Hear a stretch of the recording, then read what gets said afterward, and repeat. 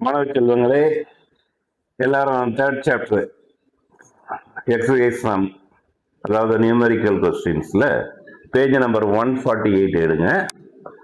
இப்போ நான் கொஸ்டின் படிச்சுட்டு அப்படியே எக்ஸ்பிளைன் பண்றேன். அதுக்கு பிறகு ஆன்சரும் நான் அப்படியே சொல்லிடுறேன். First,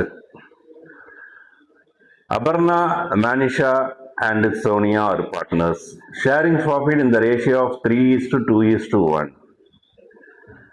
Manisha retires. யார் ரிட்டையர்மெண்ட் ஆகிறாங்கன்னா Manisha ரிட்டையர்மெண்ட் ஆகிறாங்க. And goodwill of the firm is valued at rupees 1,80,000. அப்போ அந்த பிஸ்னஸினுடைய குட்வில் அமௌண்ட் எவ்வளோ வேல்யூ பண்ணுறாங்கன்னா 1,80,000. அப்போ மேனிஷாவுக்கு நாம சேர வேண்டிய அந்த குட்வில் அமௌண்ட்டை வந்து நம்ம பிரித்து கொடுக்கணும். அவங்க ரேஷியோ விகிதம், அவங்க ரேஷியோ விகிதம் பார்க்கும்போது இந்த கொஸ்டின்ல வந்து ஓல்டு ரேஷியோ வந்து 3:2:1. அதுக்கு அடுத்து படிக்கிறோம் பாருங்க. Aparna and Sonia decided to share feature in the ratio of 3:2. அப்போ வந்து உங்களுக்கு நியூ ஷேரும் கொடுத்துருக்காங்க. அப்போ கொஸ்டின்ல பொறுத்த வரைக்கும் ஓல்டு ஷேரும் நியூ ஷேரும் கொடுத்துருந்தாங்கன்னா கண்டிப்பா நீங்க கெய்னிங் ரேஷியோ, இங்க பொறுத்த வரைக்கும் கெய்னிங் ரேஷியோ ஃபைண்ட் அவுட் பண்ணணும். அந்த கெய்னிங் ரேஷியோ ஃபார்முலா வந்து new share minus old share. இந்த கொஸ்டின்ல வந்து record necessary journal entries.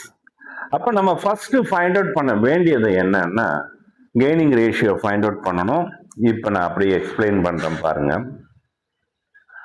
Find out gaining ratio, அதாவது ஓல்டு ஷேர் ஏஎம், அதுக்கு அடுத்தது எஸ். இவங்களோட ரேஷியோ பார்த்தீங்கன்னா 3:2:1. இப்போ நான் ரவுண்ட் அப் பண்ணியிருக்கிறது எதுக்குன்னா, யார் ரிட்டையர்மெண்ட் ஆகிறா மனிஷா. இப்போ மனிஷா ரிட்டையர்மெண்ட் ஆகும்போது அவங்க எம்மை வந்து நான் ரவுண்ட் அப் பண்ணிக்கிறேன். எவ்வளோன்னா 2 பங்கு அவங்க. அதுக்கடுத்து நியூ ஷேர் எடுத்துக்கிட்டீங்கன்னு வச்சிங்களேன். நியூ ஷேர் கொஸ்டின்ல பொறுத்த வரைக்கும் அவங்களே கொடுத்துருக்காங்க.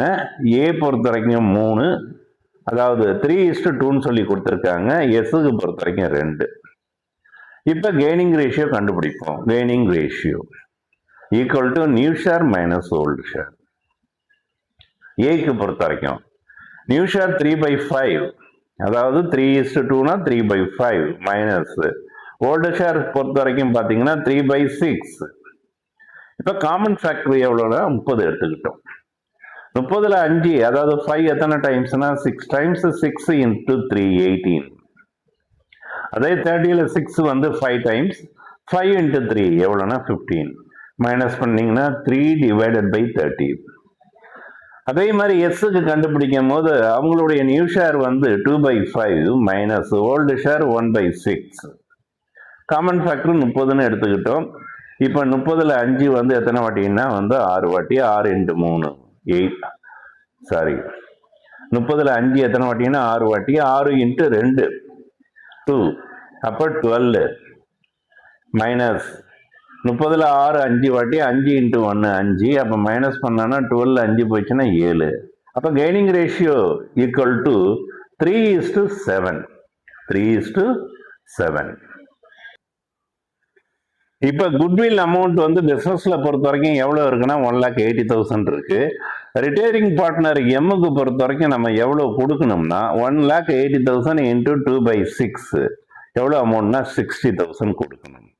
இந்த 60,000 யார் யார் பேர் பண்ண போறாங்கன்னா ஏயும் எஸ்ஸும் பேர் பண்ண போறாங்க. எந்த ரேஷியோனா gaining ரேஷியோல.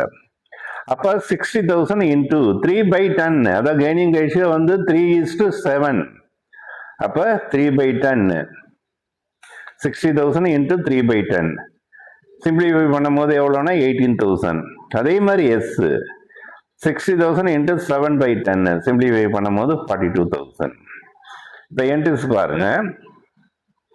Ace capital account debit, அடுத்தது S capital account debit to M's capital account.